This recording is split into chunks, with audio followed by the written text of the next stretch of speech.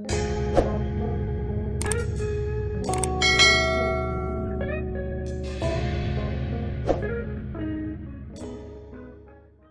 Morning students, मैं professor PN Singh आप सभी बच्चों का स्वागत करता हूं आपके अपनी YouTube channel electro study IQ पर। आज का टॉपिक ऑफ डिस्कशन है हमारा CX bond, nature of CX bond. इस हेलो एल्केन्स और हेलो एरिन से रिलेटेड मैं एक पहले वीडियो बना चुका हूं। अगर आप उसे देखना चाहते हैं तो जा कर के मेरे प्लेलिस्ट में देख सकते हैं। आज हम नेचर ऑफ CX बॉन्ड के बारे में डिस्कस करेंगे। नेचर ऑफ CX बॉन्ड कैसे होता है और कार्बन और हैलोजन के बॉन्ड के कारण, यानी हैलोजन के बॉन्ड के कारण क्या डिफरेंसेस आते हैं इसमें।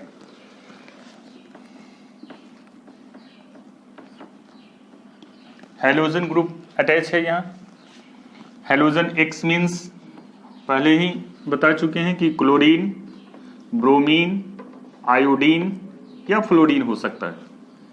फ्लोरीन, क्लोरीन, ब्रोमीन, आयोडीन कोई भी एलिमेंट हो सकते हैं। अब ये क्लोरीन, ब्रोमीन और आयोडीन, फ्लोरीन, क्लोरीन और आयोडीन ये हाईली इलेक्ट्रोनेगेटिव एलिमेंट्स होते हैं। हाईली इलेक्ट्रोनेगेटिव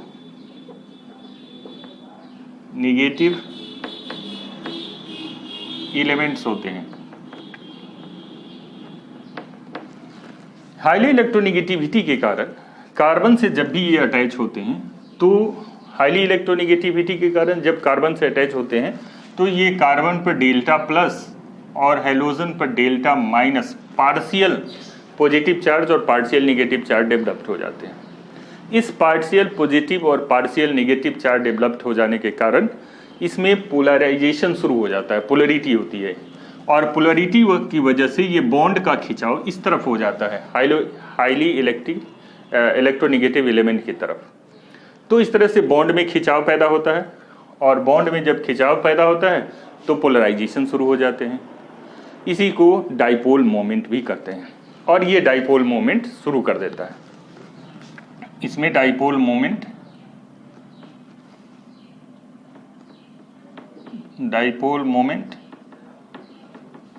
होना शुरू हो जाता है। अब इस डाइपोल मोमेंट के कारण यानी पोलराइजेशन के कारण क्या क्या इफेक्ट पड़ सकता है इस मॉलिक्यूल्स के ऊपर। सबसे पहले देखें कि न्यूक्लियोफिलिक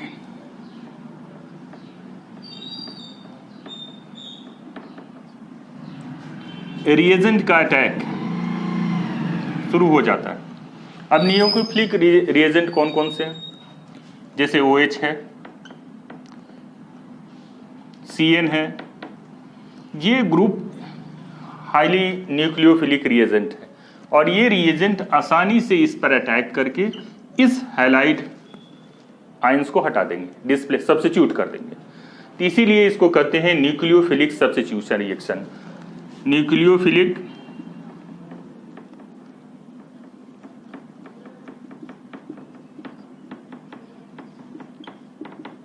सब्स्टिट्यूशन रिएक्शन, यानी हैलोजन एटम के ऐड हो जाने के कारण किसी एल्केन में वहां पर न्यूक्लियोफिलिक अटैक बढ़ जाता है और वहां ये हैलोजन एटम को ये सब्स्टिट्यूट कर देता है, इसे हटा देता है और कोई भी न्यूक्लियोफिल्स वहां आकर के ऐड हो जाता है। इस कारण से ये न्यूक्लियोफिलिक सब्स्टिट्यूशन रिएक्शन होने के चांसेस होते हैं। सेकेंड, जब यहाँ पर इस कार्बन के साथ कोई दूसरा भी कार्बन हो सकता है, कार्बन अटैच होता है। जब एक कार्बन इस हाईली इलेक्ट्रोनेगेटिव हैलोजन के कारण जब एक कार्बन पर डेल्टा पार्शियल कैटायन का डेवलपमेंट हो जाता है तो इस बॉन्ड में भी कुछ ना कुछ इफेक्ट पड़ने लगता है, इस बॉन्ड में भी कुछ ना कुछ इफेक्ट पड़ते हैं, जिसकी वजह से क्या होता है कि इसके ऊपर जो हाइड्रोजन एटम होते हैं, ये हाइड्रोजन एटम जो होंगे इसके ऊपर इस कार्बन के एटम जहां पर पार्शियल पॉजिटिव चार्जेस डेवलप्ड होते हैं वहां से हाइड्रोजन हटने के चांस आसान हो जाते हैं, आसानी से हट सकते हैं। तो दूसरा रिएक्शन क्या हो सकता है कि इलिमिनेट रिएक्शन, यानी हाइड्रोजन आसानी से हट जाते हैं और ये मोलिक्यूल डबल और ट्रिपल बॉन्ड में चेंज कर जाता है, इसलिए इसको इलिमिनेशन रिएक्शन कहते हैं।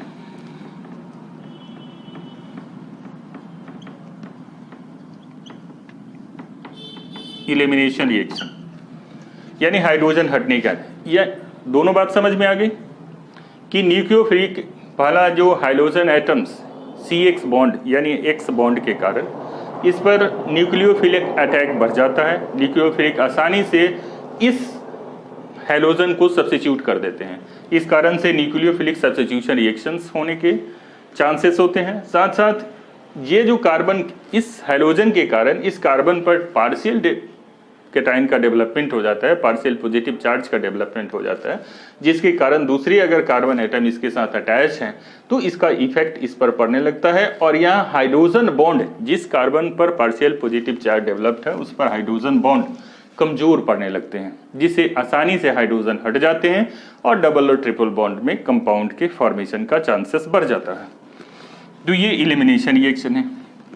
अब 2 पॉइंट समझ गए कि CX बॉन्ड के कारण क्या क्या रिएक्शंस हो सकते हैं। अब चलते हैं, देखते हैं कि हैलोएरिन्स में क्या इफेक्ट करता है।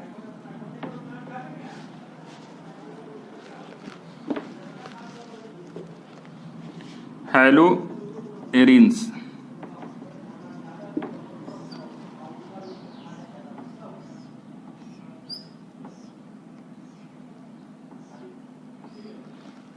अगर यहाँ X लगा हुआ है, हैलोजन ग्रुप लगा हुआ है, X मीन्स ऑलरेडी समझ लीजिएगा फ्लोरीन, क्लोरीन, ब्रोमीन, आयोडीन कोई भी, तो यहाँ X लगा तो ये हाईली इलेक्ट्रोनिगेटिव होता है, मोर इलेक्ट्रोनिगेटिव होता है।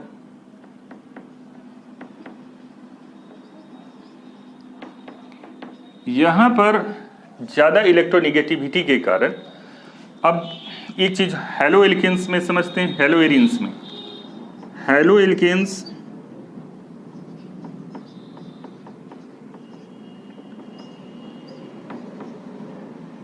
में पार्शियल पॉजिटिव चार्ज और पार्शियल, तो यहाँ पर हैलो एल्केन्स में ये कार्बन जो होता है sp3 हाइब्रिडाइज्ड होता है, जबकि यहाँ पर डबल बॉन्ड के साथ हैलोजन जुड़ा हुआ है।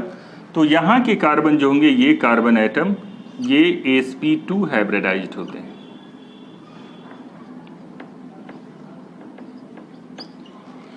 हाइब्रिडाइजेशन में फर्क होता है, तो इसके कारण ये हैलो एल्केन्स के बारे में तो समझ चुके हैं। लेकिन हैलोएरिन्स में क्या होता है, जैसे ही मोर इलेक्ट्रोनिगेटिव एलिमेंट्स ऐड होते हैं, इसमें क्या होता है कि यहाँ नॉन बॉन्डिंग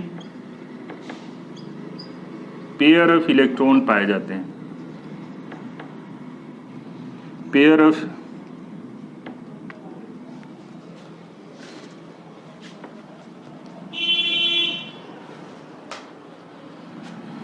इलेक्ट्रॉन के कारण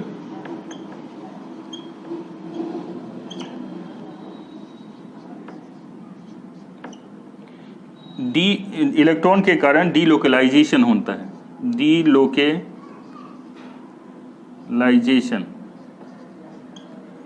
शुरू हो जाता है, जिसके कारण ड्यू टू दिस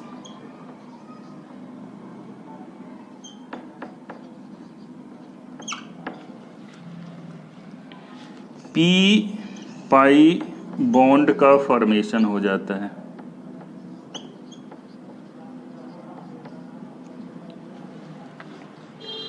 यानी non bonding pair of electron की वजह से यहाँ पर डबल बॉन्ड है, नॉन बॉन्डिंग इलेक्ट्रॉन्स है, non bonding pair of electron के कारण इलेक्ट्रॉनों का डीलोकलाइजेशन हो जाता है। डीलोकलाइजेशन की वजह से पी पाई बॉन्ड का फॉर्मेशन होता है। इसी कारण से जो ये डिस्टेंस है, जो हैलो एल्केन्स में डिस्टेंस है CX का, वो बड़ा होता है और इसका डिस्टेंस कम होता है। इसकी पोलैरिटी ज़्यादा होती है, इसकी पोलैरिटी कम होती है। डाइपोल मोमेंट इसमें ज़्यादा होता है, इसमें कम होता है। अरे सारे चीज़ समझ गए। पोलराइजेशन के हिसाब से देखें तो हैलो एल्केन्स में पोलराइजेशन सबसे ज़्यादा होता है हैलोएरिन्स की अपेक्षा। डाइपोल मोमेंट हैलो एल्केन्स में ज़्यादा होता है, हैलोएरिन्स में कम होता है। और इसका कॉज क्या है वो बता चुके हैं कि ये कार्बन sp3 हाइब्रिडाइज्ड होते हैं। sp3 हाइब्रिडाइज के कारण ये हैलोजन ग्रुप यहाँ कार्बन के साथ जुड़ा हुआ है। यहाँ पर sp2 हाइब्रिडाइज्ड कार्बन के साथ हैलोजन एटम जुड़े हुए हैं, जिसके कारण यहाँ already non bonding pair of electron पाए जाते हैं। Non bonding pair of electron के डीलोकलाइजेशन के कारण पी पाई बॉन्ड का फॉर्मेशन होता है, जिसके कारण ये जो डिस्टेंस है, यानी इस CX का जो हैलो एरिन्स में डिस्टेंस है वो छोटा हो जाता है with respect to hello alkanes.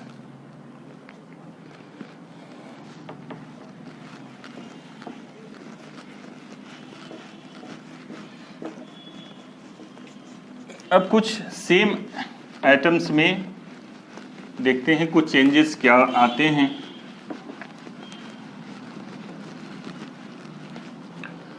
जिसे आप जानते हैं fluorine, chlorine, halogen, bromine, iodine, एस्टेटिन तो रेडियो एक्टिव एलिमेंट है। फ्लोरीन का साइज सबसे छोटा होता है, उसके बाद क्लोरीन का साइज, उसके बाद ब्रोमीन का साइज, उसके बाद आयोडीन का साइज। अब हैलो एल्केन्स अगर कोई जुड़ा रहता है तो जैसे जैसे R के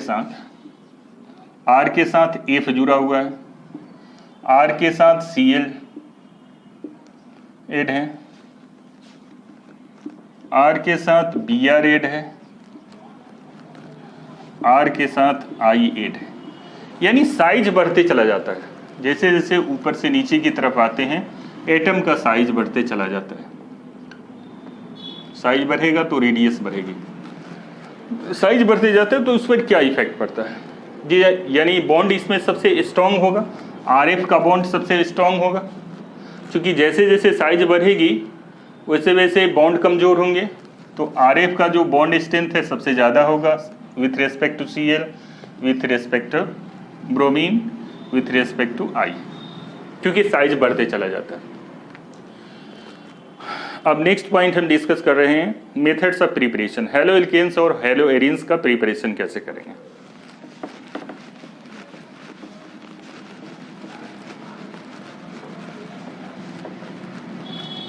hello alkanes and haloalkane, methods of preparation.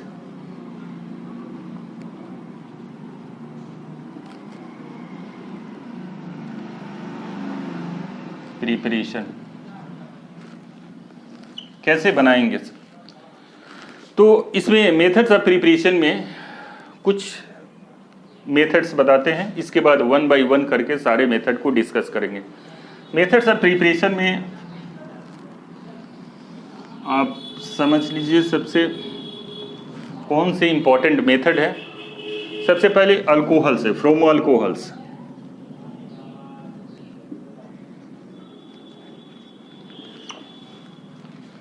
Halo alkanes जो बनाए जाते हैं अल्कोहल से भी बनाए जा सकते हैं। सेकेंड है from hydrocarbon,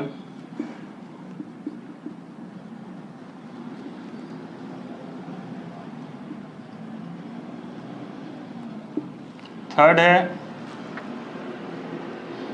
सैडमेयर reactions, halogen exchange, halogen exchange,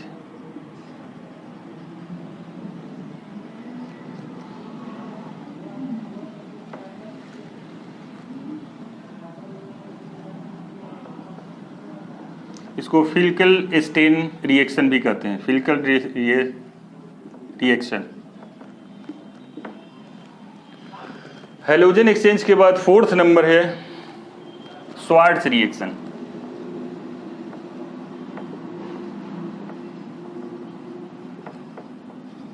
तो ये 4 इंपॉर्टेंट मेथड है जिसके द्वारा हैलो एल्केन्स और हैलो एरिन्स बनाए जाते हैं। अब हाइड्रोकार्बन के द्वारा भी अलग अलग मेथड्स हैं। हाइड्रोकार्बन से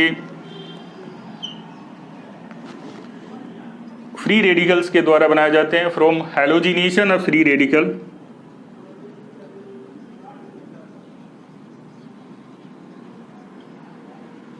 halogenation of free radical,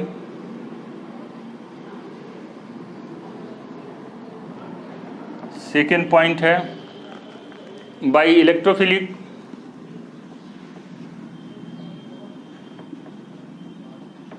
by electrophilic substitution reaction,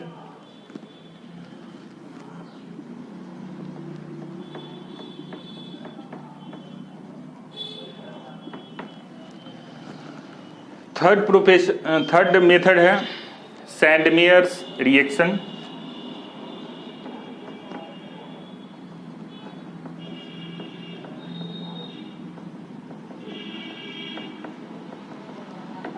और फोर्थ है by alkenes.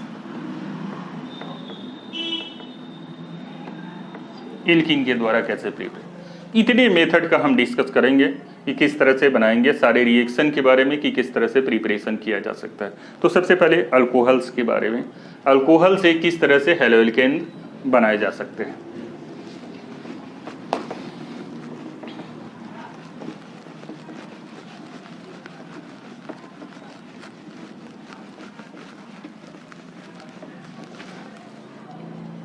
From alcohols,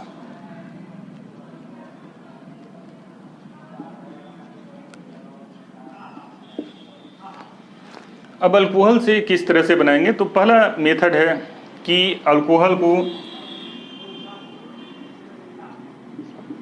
HX के साथ हाइड्रोजन हैलाइड के साथ रिएक्शन कराएं, और रिएक्शन के लिए हम लेते हैं इसको ZnCl2। ZnCl2 एक कैटलिस्ट के रूप में यूज किया जाता है। तो ये RX और H2O प्लस H2O, यहाँ पर अल्कोहल HX के साथ रिएक्शन करके ZnCl2 के साथ जिंक क्लोराइड के साथ हैलोएल्केन्स बनाता है और वाटर मॉलिक्यूल्स बनाता है। ZnCl2 जिंक क्लोराइड जो है वाटर मॉलिक्यूल्स को एब्जॉर्ब कर लेता है और हमारा फ्री हैलोएल्केन्स प्राप्त हो जाता है। सेकेंड मेथड, कोई भी KBr पोटासियम ब्रोमाइड ले सकते हैं या सोडियम ब्रोमाइड भी ले सकते हैं। तो हम यहाँ KBr पोटासियम ब्रोमाइड लेते हैं प्लस H2SO4 सल्फ्यूरिक एसिड के साथ रिएक्शन कराते हैं।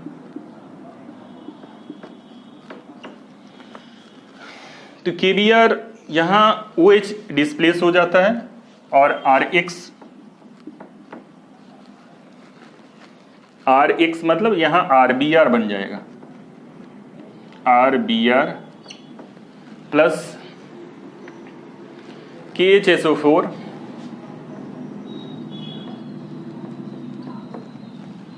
और क्या बन सकता है देखें, वाटर मॉलिक्यूल्स निकलेगा, water.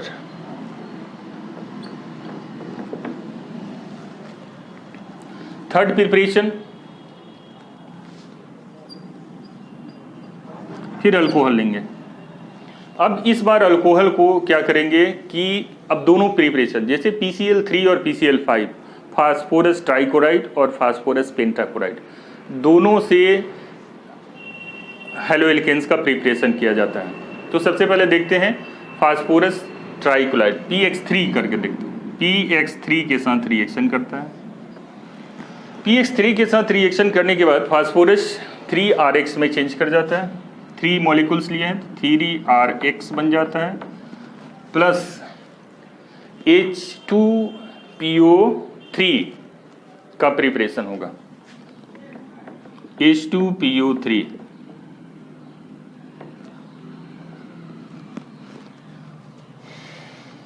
Three molecules of ROH, PX3, PX phosphorus trichloride, यहाँ ट्राइक्लोराइड जनरली यूज किया जाता है, ट्राइब्रोमाइड भी ले सकते हैं। तो 3RX का फॉर्मेशन यानी 3 मॉलिक्यूल्स ऑफ हैलोएल्केन्स बनते हैं और प्लस H2PO3 बनता है। फोर्थ मेथड है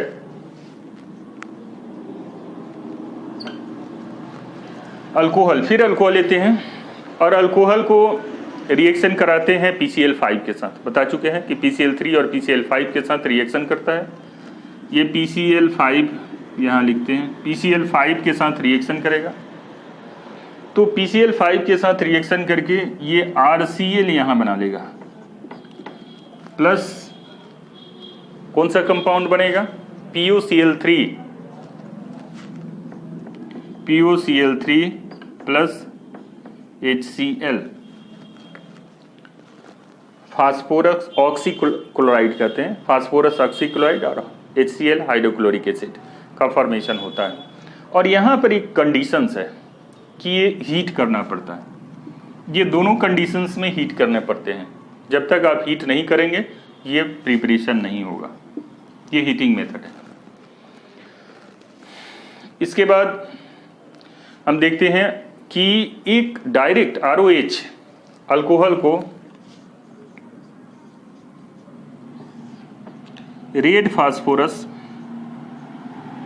और X2, कोई भी X2, क्लोरीन, ब्रोमीन, आयोडीन, यहाँ क्लोरीन और ब्रोमीन ही यूज किया जाता है, को यूज करके हम डायरेक्ट हेलो एल्केन्स प्राप्त कर सकते हैं। हेलो एल्केन्स मिलेगा और H2O का फॉर्मेशन यहाँ कुछ नहीं होगा, पूरी तरह से एब्जॉर्ब हो जाता है।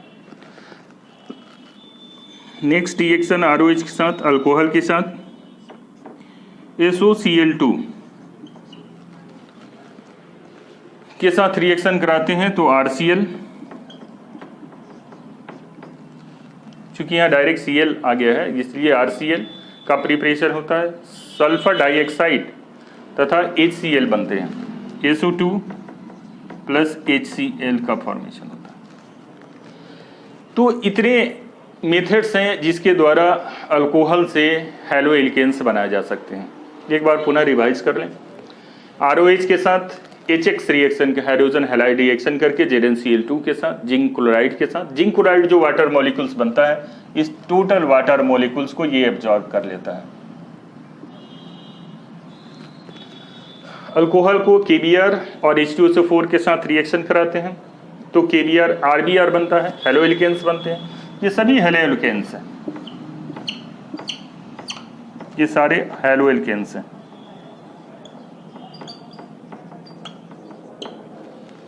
तो इस अल्कोहल के द्वारा, डिफरेंट टाइप के अल्कोहल के द्वारा, डिफरेंट रिएक्शंस के द्वारा हम हेलो एल्केन्स का प्रिपरेशन कर सकते हैं।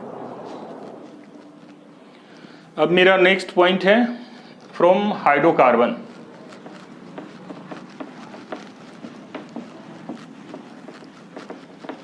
हाइड्रोकार्बन से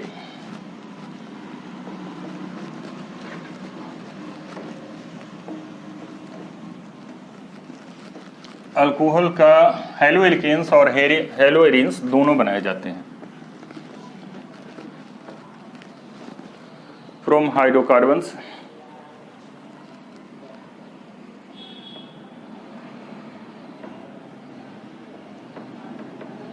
हाइड्रोकार्बन से फर्स्ट जो रिएक्शन हमने लिखा था कि हाइड्रोकार्बन के द्वारा free radical halogenation, from halogenation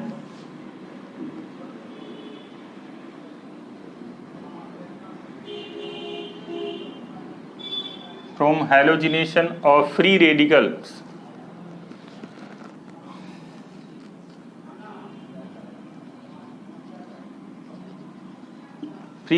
halogenation. Second point है बाय इलेक्ट्रोफिलिक सब्स्टिट्यूशन।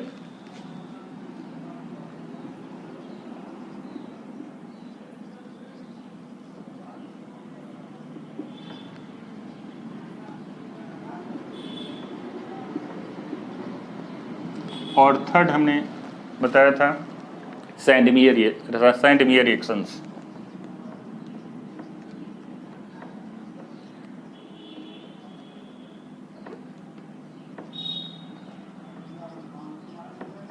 सैंडमियर रिएक्शंस और फोर्थ आपका है फ्रॉम एल्कीन।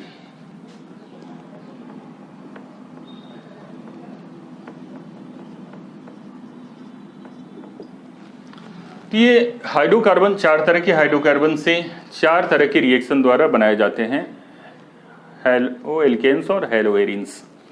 तो सबसे पहले देखते हैं कि ये फ्री रेडिकल्स क्या होते हैं। जनरली स्टूडेंट्स हमेशा पूछते हैं कि आप लिख देते हैं, लेकिन फ्री रेडिकल्स है क्या। तो जैसे ये Cl2 क्लोरीन मॉलिक्यूल्स है, क्लोरीन 2 4 6 1 7, आउटर मोस्ट ऑर्बिट में 7 इलेक्ट्रॉन होते हैं, 2 4 6 7 इलेक्ट्रॉन इसमें हो। तो क्लोरीन आपस में भी मिल करके Cl2 मॉलिक्यूल्स का फॉर्मेशन है। ये दो क्लोरीन एटम आपस में कंबाइन करके Cl2 का फॉर्मेशन करते हैं। तो कॉम्बिनेशन कैसे होता है ये देखें, ये अपना ऑक्टेट पूरा कर लिया, ये भी अपना ऑक्टेट पूरा हुआ, और इसके बीच में बॉन्ड हो गया, यानी एक एक इलेक्ट्रॉन दोनों ने शेयर किया इसके बीच। अगर ये होमोलाइटिक डिवीजन होता है, होमोलाइटिक डिवीजन होता है, तो होमोलाइटिक डिवीजन में अपने अपने इलेक्ट्रॉन दोनों क्लोरीन लेकर के सेपरेट हो जाएंगे। Cl एक इलेक्ट्रॉन और ये Cl एक इलेक्ट्रॉन, यही जो एक इलेक्ट्रॉन लेकर के होमोलाइटिक डिवीजन में सेपरेट होता है उसको फ्री रेडिकल्स कहते हैं, और ये काफी एक्टिव होते हैं।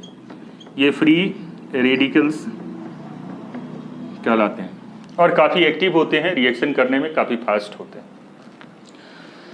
फ्री रेडिकल समझ में आ गया। अब फ्री रेडिकल रिएक्शंस कैसे होते हैं? हैलोजिनेशन के द्वारा। जैसे कोई कंपाउंड लेते हैं CH3 CH2 CH2 CH3, 4 carbon है, क्या है 1 2 3 4 4 कार्बन हुए। ये कौन सा कंपाउंड होगा? प्रोपेन कि ब्यूटेन? ब्यूटेन। ये नॉर्मल ब्यूटेन, चूंकि लाइन में है, 4 कार्बन है, तो पहले ही बता चुके हैं मीथा ईथा प्रोपा ब्यूटा, 4 कार्बन हो तो ब्यूटा हो जाएगा, ब्यूटेन हो जाएगा।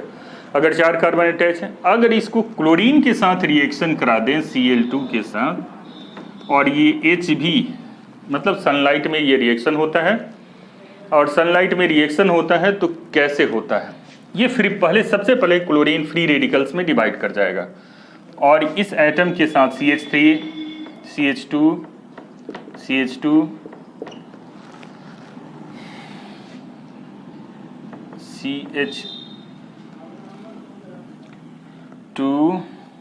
CH3 Cl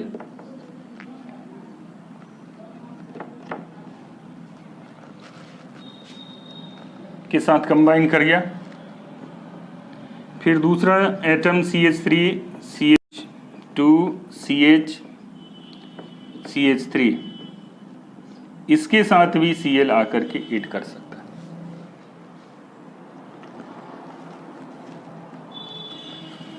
ये CH2 होगा, CH2 Cl। अब दो कंपाउंड जो डिफरेंट कंपाउंड्स बनते हैं, ये दोनों कंपाउंड से होते हैं, एक मिक्सचर प्राप्त होता है। इस दोनों कंपाउंड को हम सेपरेट नहीं कर सकते, आसानी से सेपरेट नहीं किया जा सकता है, क्योंकि इस तरह के ये क्लोरीन मॉलिक्यूल्स रिएक्ट करते हैं। चूंकि फ्री रेडिकल्स होते हैं, फ्री रेडिकल्स आकर यहाँ भी जुड़ सकते हैं, फ्री रेडिकल्स यहाँ भी जुड़ सकते हैं। तो फ्री रेडिकल्स के द्वारा ये मिक्सचर प्राप्त होते हैं एंड कैनॉट बी सेपरेटेड।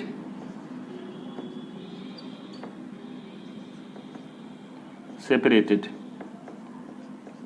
ये आसानी से सेपरेट नहीं किए जा सकते हैं, और इस तरह से ये दोनों जो आइसोमर्स हैं वो हैलो एल्केन्स के हैं। तो इस प्रोसेस के द्वारा भी हैलो एल्केन्स का प्रिपरेशन किया जाता है। अब बाई इलेक्ट्रोफिलिक सब्स्टिट्यूशन रिएक्शन के द्वारा कैसे बनता है? ये इलेक्ट्रोफिलिक सब्स्टिट्यूशन के द्वारा हैलो एरिन्स का प्रिपरेशन होता है। इसका देख रहे हैं,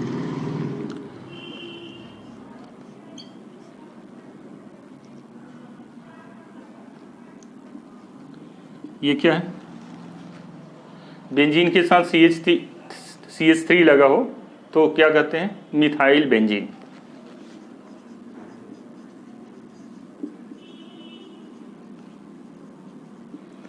मिथाइल बेंजीन को रिएक्शन कराएंगे किससे? X2 के साथ, और कैटलिस्ट के रूप में Fe, और ये डार्क रिएक्शन होता है, हमेशा अंधेरे में होता है। इसके साथ ये ऐड हो जाएगा।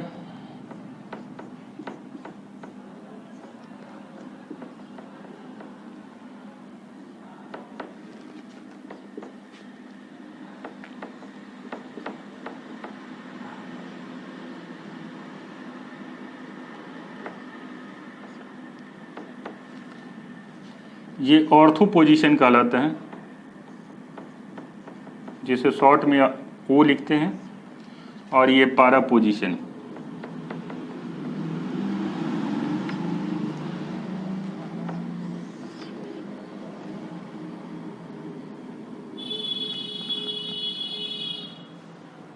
ये टॉलिन हो गया, X के साथ मिक्स होकर के ये टॉलिन प्राय है, तो हाँ इसे हैलोटॉलिन्स कहते हैं।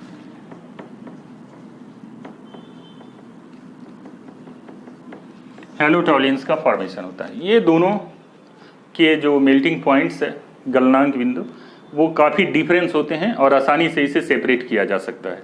दोनों अर्थों को भी आप सेपरेट कर सकते हैं और पारा को भी इस सॉल्यूशन से सेपरेट किया जा सकता है। तो ये हैलोएरिन्स बनाने में यूज किए जाते हैं बाई इलेक्ट्रोफिलिक सब्स्टिट्यूशन रिएक्शन का यूज। अब चलते हैं हम लोग सैंडमेयर रिएक्शंस क्या होते हैं। और सैंडमेयर रिएक्शन से हैलोएरिन्स का प्रिपरेशन होता है सैंडमेयर रिएक्शन से। सैंडमेयर रिएक्शन में बेंजीन डाइजोनियम क्लोराइड या बेंजीन डाइजोनियम हैलाइड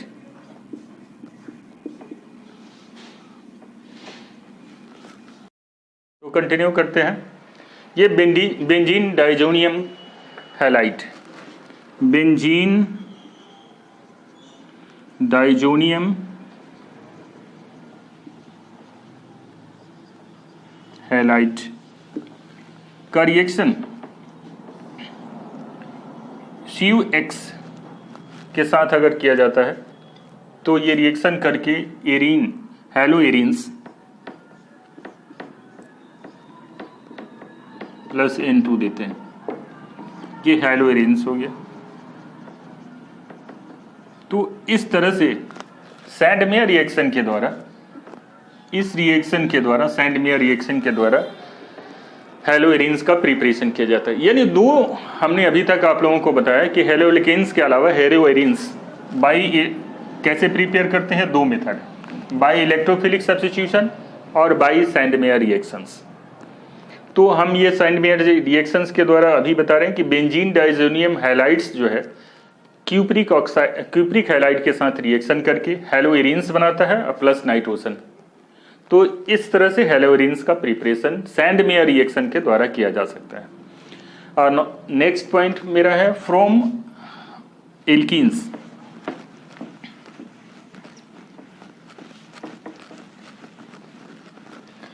एल्कीन्स के द्वारा आप कैसे बनाएंगे?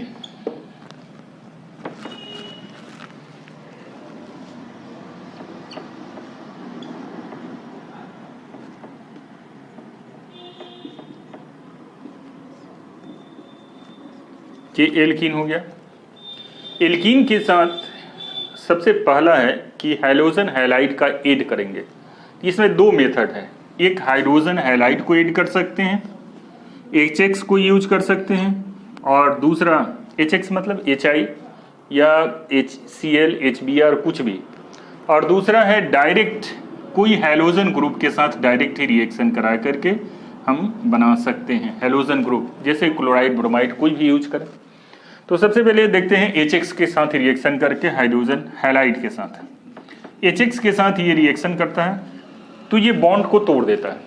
सबसे पहले ये टूट जाता है अपने आप, डिसोसिएट कर जाता है, और दोनों डिसोसिएट करके हर कार्बन के पास, ये इस कार्बन के पास, ये इस कार्बन के पास आ जाते हैं, दोनों डिसोसिएट कर जाते हैं।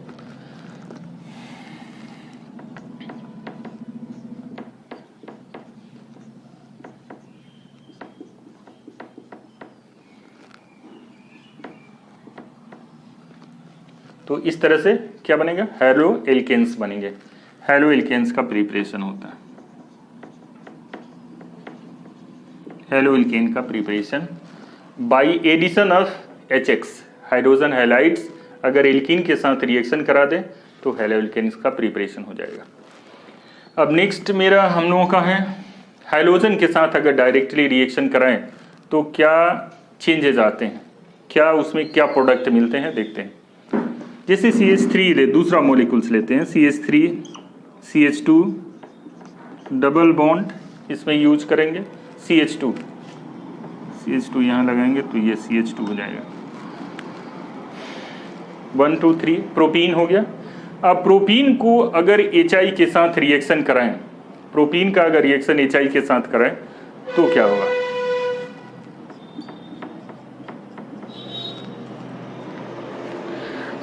प्रोपीन को अगर HI के साथ रिएक्शन कराते हैं तो ये बॉन्ड को तोड़ देता है, ये बॉन्ड को तोड़ करके सेपरेट, थोड़ा सा रिएक्शन ये अलग है। HI क्या होगा कि CH3 CH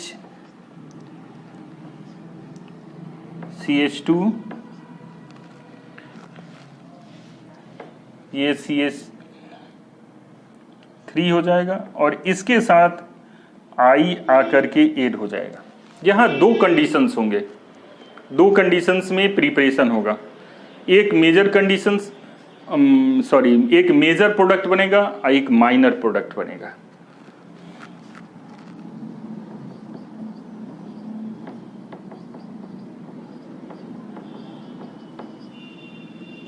अगर ये I डायरेक्ट जुड़ गया, अब इसमें मार्कोनिकॉफ रूल कहता है कि जहां पर अगर कार्बन की मात्रा ज़्यादा है, कार्बन ज़्यादा किसी कार्बन से अटैच है और वहां अगर I जुड़ता है यानी हैलोजन जुड़ते हैं तो वो मेजर प्रोडक्ट होता है।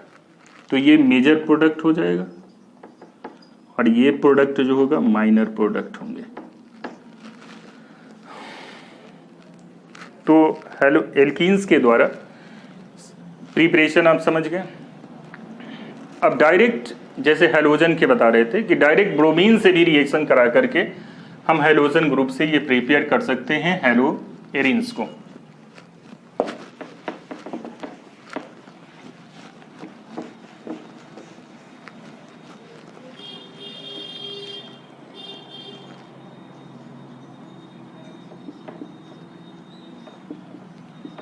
ये एल्कीन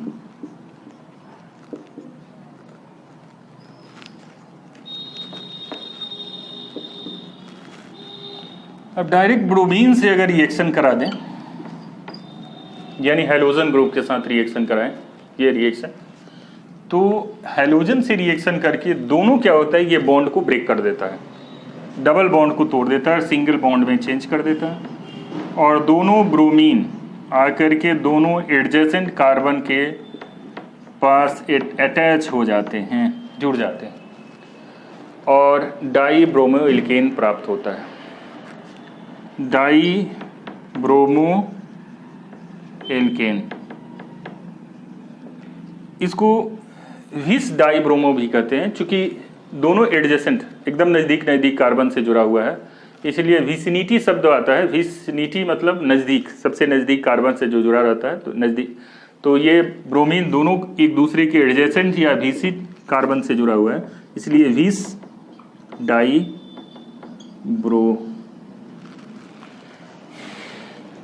ब्रोमो एल्केन के डाई ब्रोमो एल्केन। अब लास्ट हम लोगों का लास्ट नहीं, एक्सचेंज, हैलोजन एक्सचेंज जो रिएक्शन था, हैलोजन एक्सचेंज के द्वारा किस तरह से हैलो एल्केन्स का प्रिपरेशन करेंगे वो देखते हैं। हमारा हाइड्रोकार्बन से रिलेटेड सारे रिएक्शन को हमने डिस्कस कर दिया। From halogenation of free radical समझ गए, बाई इलेक्ट्रोफिलिक सब्स्टिट्यूशन के द्वारा समझ गए, सैंड मेयर रिएक्शन के द्वारा जो बेंजीन डाइजोनियम क्लोराइड से हमने प्राप्त किया था, और एल्कीन्स के द्वारा किस तरह से हैलो एल्केन्स का प्रिपरेशन किया जाता है ये समझ में आ गया है आपको। अब चलते हैं हाइड्रोजन एक्सचेंज जो हमारा फर्स्ट वाले ग्रुप का है।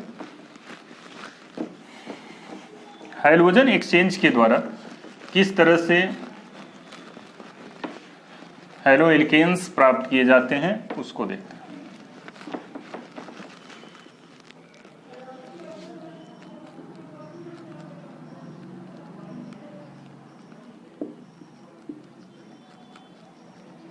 हाइड्रोजन एक्सचेंज, हाइड्रोजन एक्सचेंज में किस प्रोसेस का यूज करेंगे, जैसे इसमें क्या करेंगे कि कोई भी हैलो एल्केन्स ले लेंगे और सोडियम आयोडाइड जैसे RX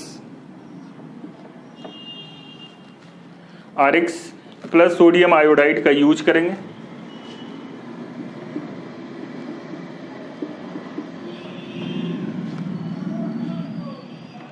ये RI में चेंज कर जाएगा प्लस NaX में चेंज कर जाएगा।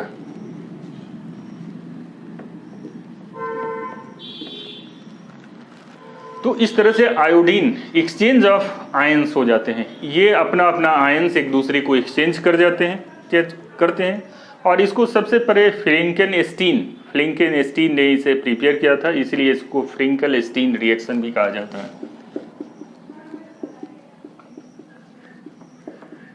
फ्रिंकल-एस्टीन रिएक्शन कहते हैं। लास्ट है हम लोगों का स्वार्ट्ज रिएक्शन।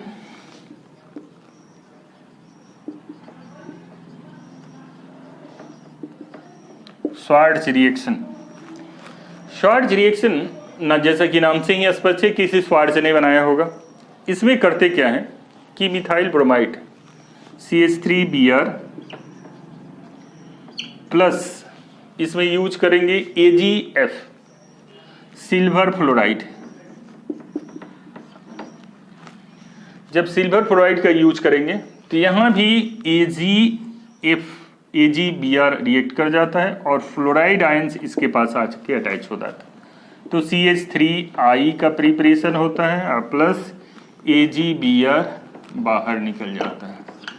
इस तरह से मिथाइल आयोडाइड हैलोएल्केन्स का प्रिपरेशन, F ना आएगा, F आएगा। और इस तरह से मिथाइल फ्लोराइड का प्रिपरेशन कर सकते हैं स्वार्ट्ज रिएक्शन के द्वारा। तो ये हम लोगों का रिएक्शन हुआ, किस तरह से रिएक्शन के द्वारा हम हैलोएल्केन्स और हैलोइडीन्स प्रिपेयर कर सकते हैं। अब चलते हैं फिजिकल प्रॉपर्टीज, कंटिन्यू करते हैं physical properties of haloalkanes. Physical properties of haloalkanes. Haloalkanes की फिजिकल प्रॉपर्टीज क्या होती है? फर्स्ट प्रॉपर्टीज होती है कि हैलोएल्केन्स जो होते हैं कलरलेस होते हैं, colourless. But bromides and iodide are exposed in air, are exposed in sunlight, it becomes color, it get colors.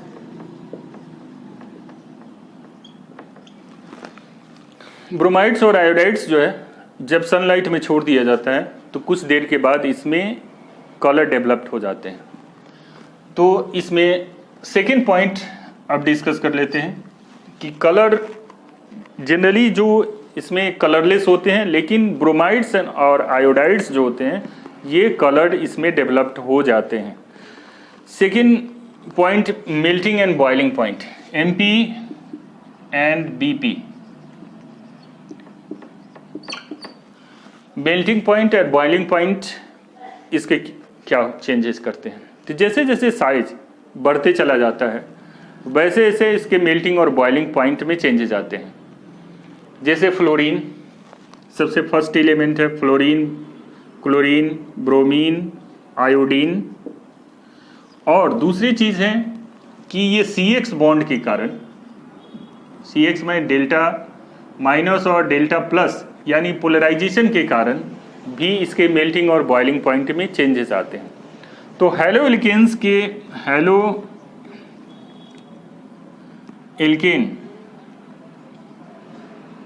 के जो बॉइलिंग पॉइंट्स होते हैं वो हाइड्रोकार्बन की अपेक्षा ज़्यादा होते हैं,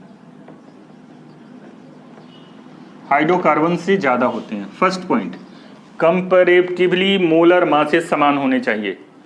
हाइड्रोकार्बन के जो मोलर मास है वो हैलोएल्केन्स के मोलर मास के इक्वल होंगे, तो हैलोएल्केन्स के जो बॉइलिंग पॉइंट है वो हाइड्रोकार्बन से ज़्यादा होंगे। सेकेंड पॉइंट, अगर RF फर्स्ट बता रहे थे कि अगर RF एक ही सेम एल्काइल ग्रुप हो, सेम अगर एल्काइल ग्रुप हो, same alkyl group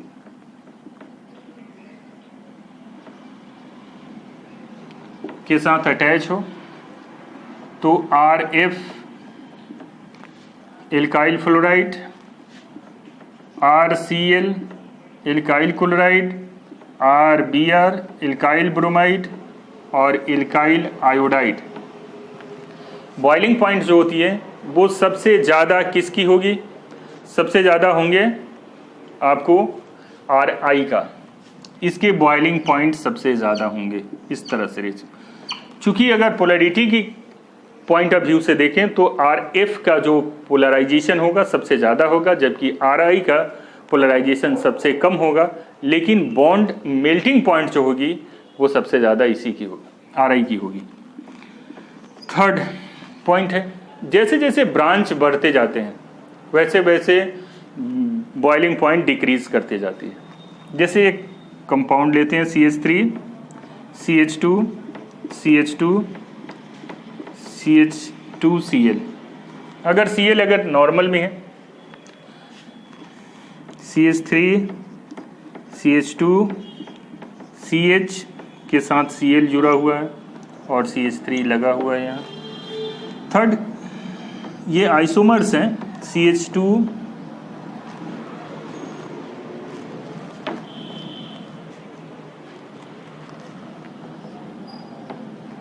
Cl CH3 CH3 CH3,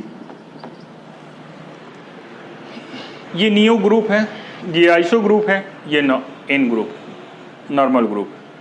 तो ये चेन में पूरे देखते हैं कि ये पूरे चेन में है, लीनियर चेन में है, ये ब्रांच में है और ये पूरी तरह से सरफेस, यानी सबसे ज़्यादा ब्रांचेज यही में। तो जैसे जैसे ब्रांचेस बढ़ते जाते हैं वैसे वैसे बॉइलिंग पॉइंट घटती जाती है, क्योंकि सरफेस एरिया गिरती चली जाती है, सरफेस एरिया कम हो जाती है। अब देख, इसका जो बॉइलिंग पॉइंट होगा सबसे ज़्यादा होगा इसके रेस्पेक्ट में और सबसे कम इसका होगा। तो इस तरह से बॉइलिंग पॉइंट के हिसाब से हम लोगों ने देखा। अब सेकेंड डेंसिटी देखते हैं कि जैसे जैसे डेंसिटी इंक्रीज कैसे करती है। नंबर ऑफ कार्बन एटम्स जैसे जैसे बढ़ते चले जाते हैं डेंसिटी बढ़ते चले जाती है।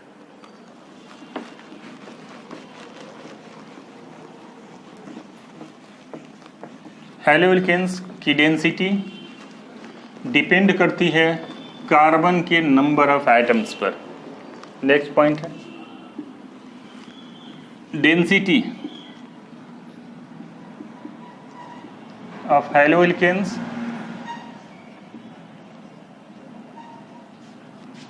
Depends upon the number of carbon atoms. यानी जैसे जैसे कार्बन एटम्स की संख्या बढ़ती चली जाती है वैसे वैसे डेंसिटी बढ़ती चली जाती है। अब लास्ट पॉइंट है इससे रिलेटेड, ये हैलोएल्केन्स जो होते हैं insoluble in water, insoluble in water but soluble in organic solvents।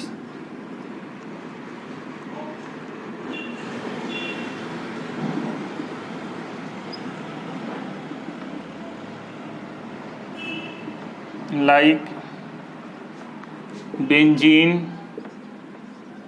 ether, alcohols etc। यानी वाटर में इनसॉल्युबल होते हैं लेकिन ऑर्गेनिक सॉल्वेंट में ये सॉल्युबल होते हैं। नेक्स्ट पॉइंट, हैलोएरिन्स की फिजिकल प्रॉपर्टीज क्या होती है। हैलोएरिन्स जो होते हैं रूम टेम्परेचर पर लिक्विड स्टेट में पाए जाते हैं। Found in liquid state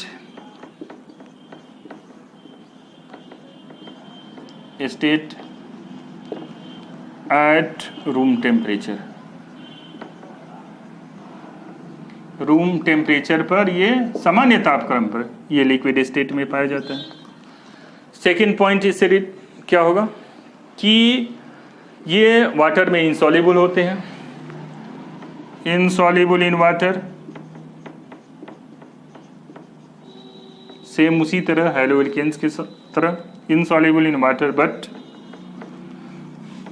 soluble inorganic solvents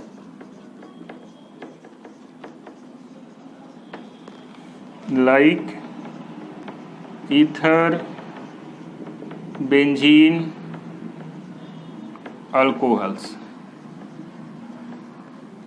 ether benzene alcohols में ये आसानी से, चूंकि ऑर्गेनिक सॉल्वेंट में आसानी से डिसॉल्व कर जाते हैं। ये वाटर की अपेक्षा भारी होते हैं, हेवियर देन वाटर।